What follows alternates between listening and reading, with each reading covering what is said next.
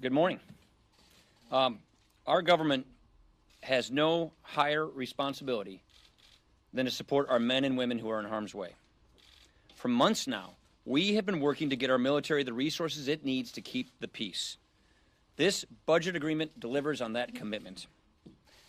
It fully funds our national defense at levels that Secretary Mattis has requested. It provides what the Pentagon needs to restore our military's edge for years to come. As Secretary Mattis said yesterday, and I quote, "Congressional action will ensure our military can defend our way of life." Now, that mission is hard enough, especially in a time of rapidly evolving threats. But our military's job has become exponentially harder because of the staggering readiness crisis that it is facing. I know I come up here and read off a whole bunch of statistics. You hear me do this every single week. This is the statistic that really gets to me. In 2017, we lost 80 service members in accidents and training incidents, nearly 4 times more than we lost in combat. In 2017, we lost 80 service members in accidents and training incidents. It's about 4 times as many people we lost in combat. Just think about that. With better training and equipment, many of these deaths could have been prevented. This is a sad and tragic state of affairs. And this is why we can never allow anyone to politicize our military or use our troops as bargaining chips. The stakes are just too high for this. Now, let me say one more thing. I know that there is a real commitment to solving the DACA challenge in both political parties. That's a commitment that I share. To anyone who doubts my intention to solve this problem and bring up a DACA and immigration reform bill, do not.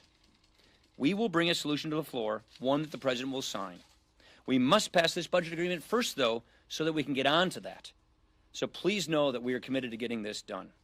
Before I turn it over to Chairman Thornberry, I want to take a moment, and I want to thank him. I want to thank Mac Thornberry, Chairman of the Armed Services Committee, and all the members of the Armed Services Committees, both Republicans and Democrats. Their leadership and their unwavering commitment to our service members and their families made this budget agreement possible. They live and breathe these problems. They know these issues. They know all the people who are fighting to keep us safe. They can tell you as well as anyone how critical that is that we get this done. Chairman Thornberry. Well, thank you, Speaker, and all of us on the Armed Services Committee are extremely grateful for the Speaker's leadership in fixing the military as a priority. Let me just remind y'all of a couple of statistics. When the House passed our defense authorization bill at exactly the same numbers that are in the cap deal that we'll vote on today, the vote was 344 to 81. When we voted on the conference report at exactly the same defense levels that are in the cap deal today, the vote was 356 to 70. In the Senate, the votes were 89 to 8, and then the conference report was a voice vote.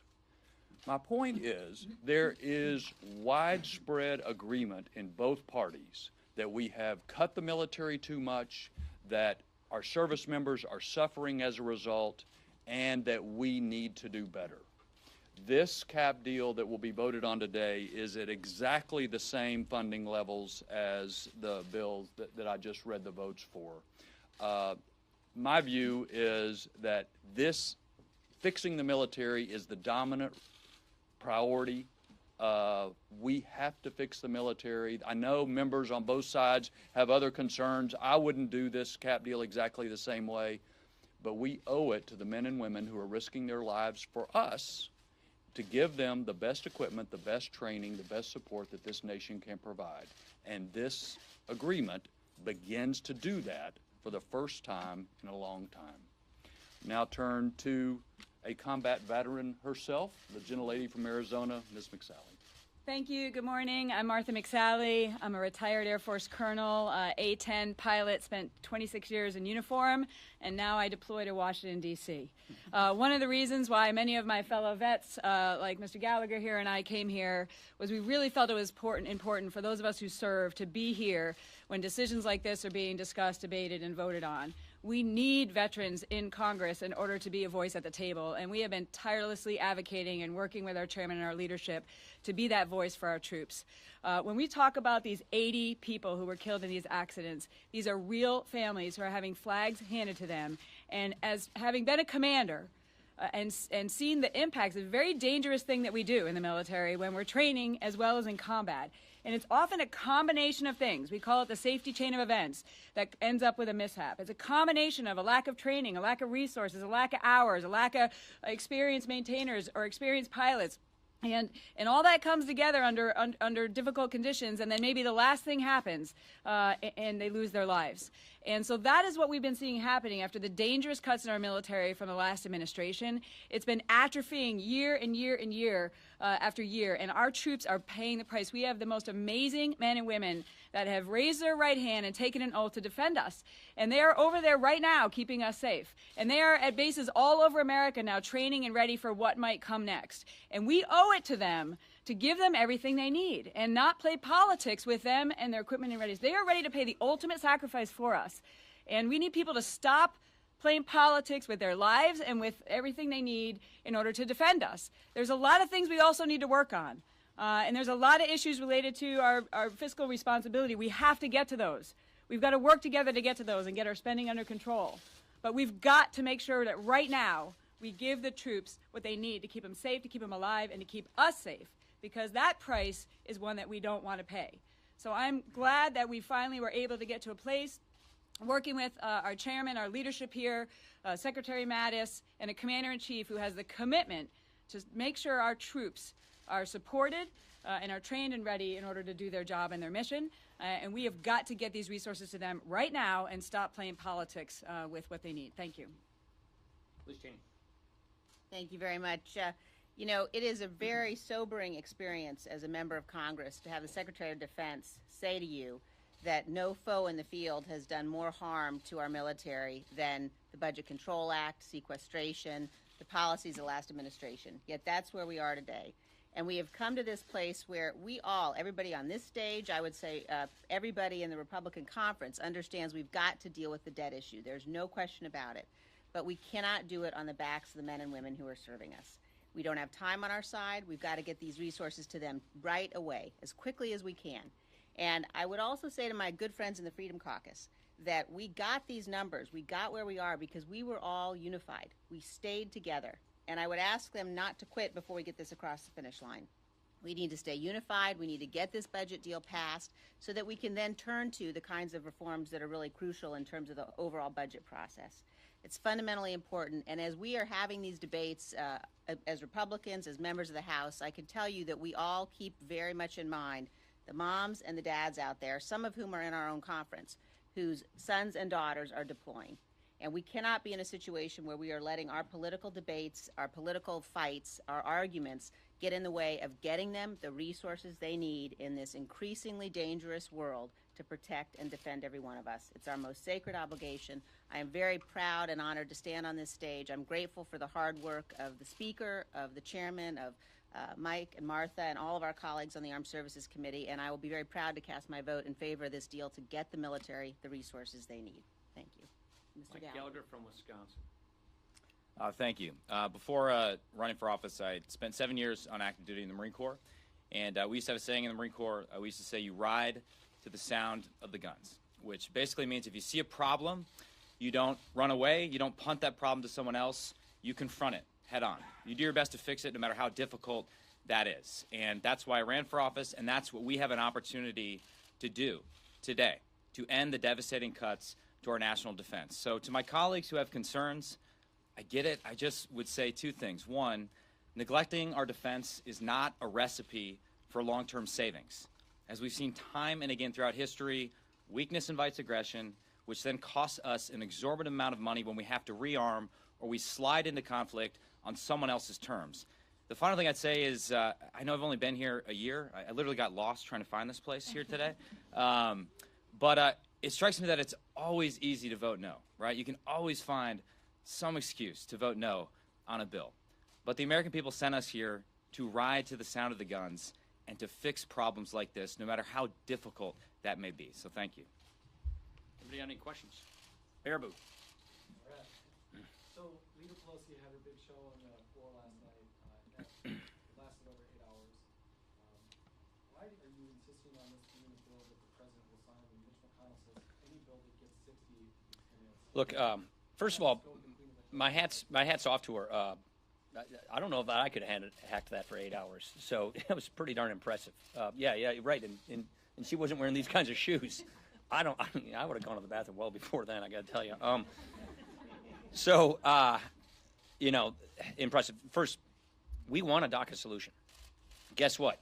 In order to shift our focus and get on to the next big priority, which is a DACA solution, we got to get this budget agreement done so that we can go and focus on this. And I said it once and I'll say it again. We will bring a DACA solution to the floor.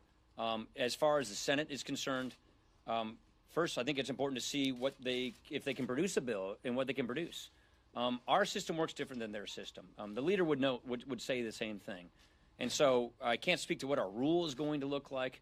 I can say that we're going to bring a DACA solution to the floor because we want to solve this problem. Phil.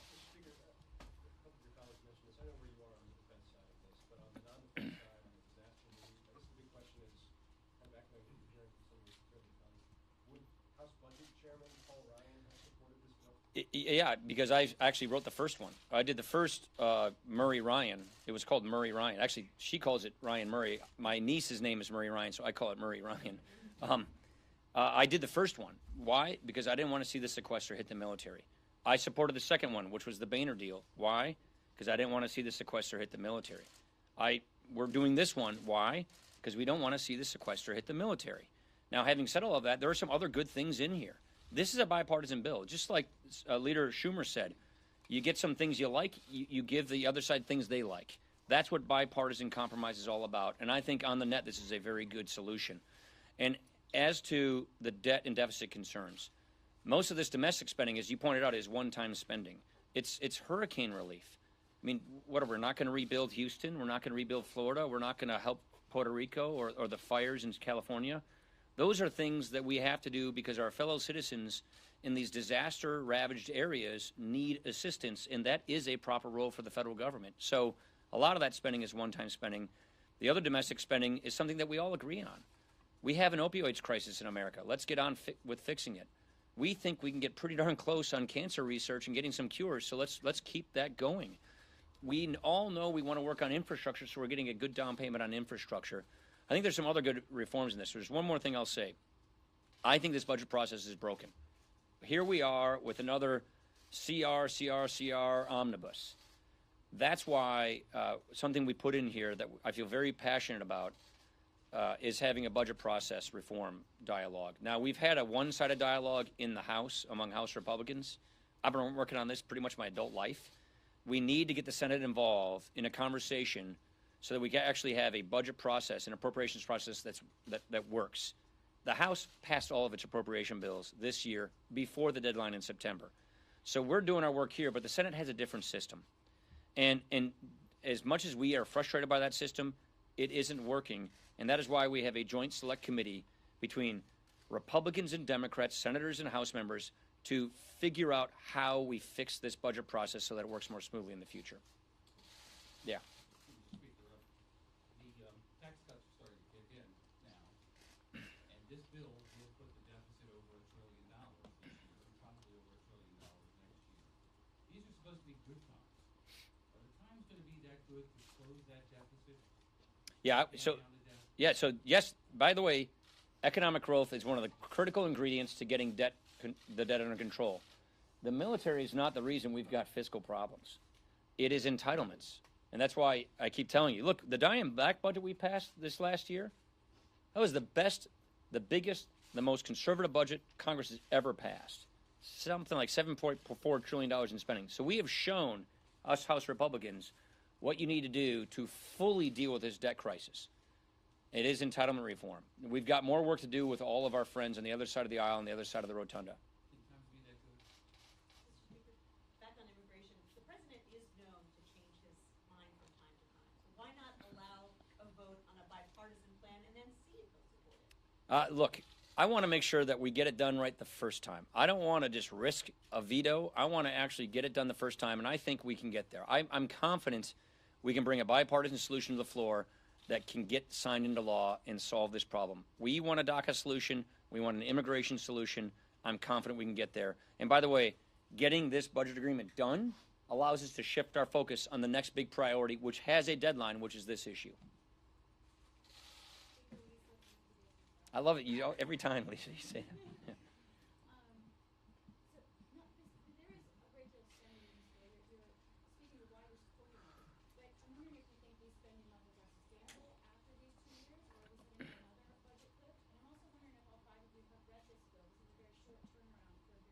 Yeah, so obviously we were very involved in this. This gives the authorizers and the appropriators the money to go write the details of this bill for the March 23rd deadline. But let me back it up. Remember why we have the BCA in the first place. Remember the old super committee? Remember when President Obama said, we'll set up this super committee to go do entitlement reform, and if that doesn't work, then this thing kicks in? That's what happened. So the original plan, which never came to being, and we can go point fingers, but the fact is it didn't happen, the entitlement reforms that were necessary did not occur, and then the sequester kicked in. So the sequester is a very crude tool which puts the cuts where they don't belong on our military, and we need to get back to focusing on the true driver of our debt crisis. It's really healthcare inflation, entitlements. These are very important programs that were written in the 20th century that aren't working the way they could and should in the 21st century, which are giving us a debt crisis, combined with the fact that we've got a demographic challenge. We got baby boomers retiring and fewer people following them in the workforce. We have to face up to those challenges and deal with it. And that's why cutting the military doesn't solve the problem. We could get rid of the military and we still would have a deficit. That's the point. So are you saying this is Casey. longer term if there's entitlement reform? Casey. Yeah, you get entitlement reform, you can solve a lot of these problems. Mr. Speaker, on immigration, there's been a lot of speculation about your own personal future here. This is an issue that has bedeviled Republicans, pastor rule, all of this. How does your own personal future play into your decision? It doesn't. It doesn't. Not at all. Not at all. I don't think about it at all. I wanted to ask you about that tweet over the weekend highlighting Oh. the $1.50 tax increase. You know what I know? The average family of four in America is getting a $2,000 tax cut. You know what I know? We've got billions of dollars that are going into bonuses. Jana and I were working the concession stand at St. John Vianney last weekend, and a friend of mine from our parish working at Home Depot came up and said, thank you very much for this raise. This is putting real money in my pocket. That's what I know. Thank you very much.